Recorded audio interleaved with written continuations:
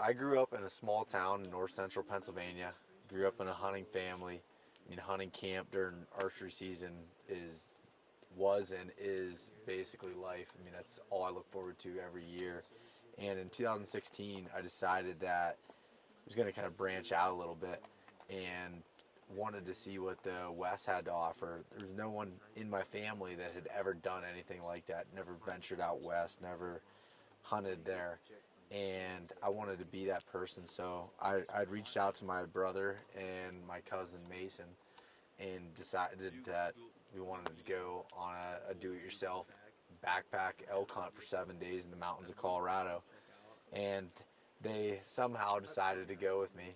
So we went out there and hunted hard for 7 days, living off nothing but what we had on our backs, and knew absolutely nothing about elk hunting, screwed up a bunch of opportunities, but literally it was something that was life-changing for me. It was something that I realized that when you're in the mountains like that and your only thing that you're focused on is hunting the game that you're hunting, getting food, eating food and finding water, those are your main purposes throughout the day.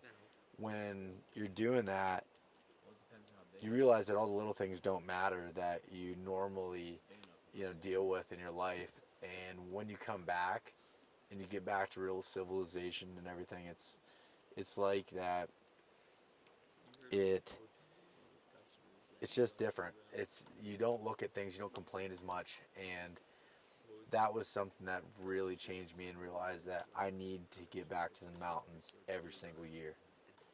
And with that being said, I wrote an article on this adventure this first time. I titled it East Meets West. And at that point, I had never written an article for anything other than a college writing assignment or something in high school. But I submitted it to an online magazine publication called the Journal of Mountain Hunting, and they ran it as a subscriber story. And when I did that, I didn't know the kind of feedback that I would get from people that were wondering, how I made that happen. Like, oh, you must have a lot of money, you must have, this or that to be able to go on these type of hunts. And what I realized was there's a giant gap in information between those from the east and those from the west that were able to make these kind of do-it-yourself hunts happen.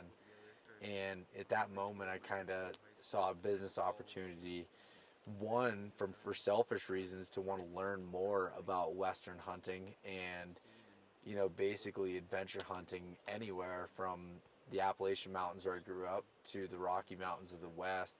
And so I figured if I'm going to be trying to, dig in and research for all these things, I might as well throw a mic and a headset on and help others do the same thing. So I started the East Meets West Hunt podcast, and by doing that, just kept elevating my drive for it. By this point, I'd went 2 more seasons after that first one hunting elk in Colorado, and at the last year in 2018, I hunted for 14 days straight with taking 7 days to even find elk at all. I mean, I just struggled. I mean, there's nothing else I can say about it, is I struggle with it. And I ended up getting encounters. I had elk as close as 10 yards. I've had them as close as 12 yards, and I never even drew my bow.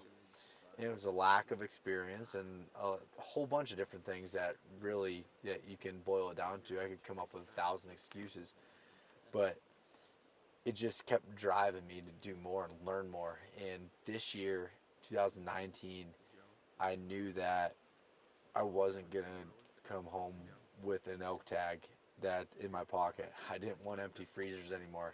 I was going to work my ass off until I got to make that happen.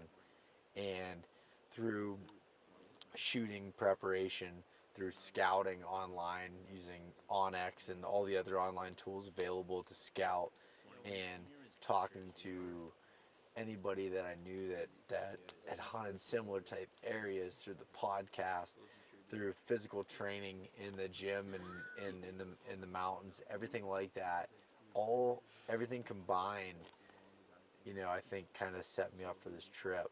And I truly feel that coming into this, that I was more prepared than I ever was in the past. So I realized that I wanted to hunt every single year in the mountains out west, and to be able to do that, I don't have a lot of money. I don't work any special job. I work a regular 9 to 5 that like anybody else, but I knew that I needed to be able to do that. So I mean, there was a lot of different, I guess, sacrifices you have to make with to do that. If you want something like this, an adventure in your life, to be a priority, then you need to be able to get rid of some other things. And I can go down, a giant rabbit hole of things you can cut out to make that happen. But the first step, what for me, was making that a priority and making a commitment to make that happen, and be able to put the time.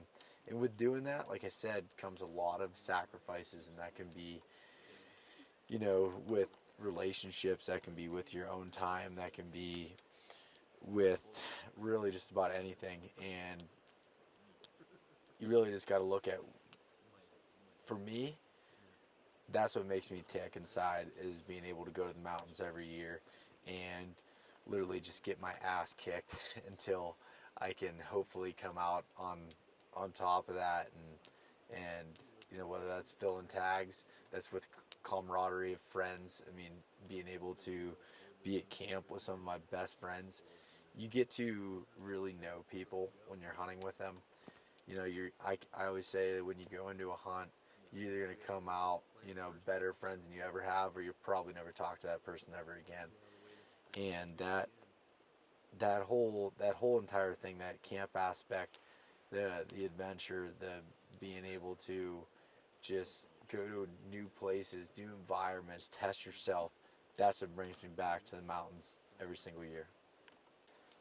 So when I started the East Meets West Hunt podcast and the online blog, writing, and the apparel company, all under the outfit of East Meets West Outdoors, it was brand new to me. I'd never owned a business before and was going to be doing that on top of working a full-time job.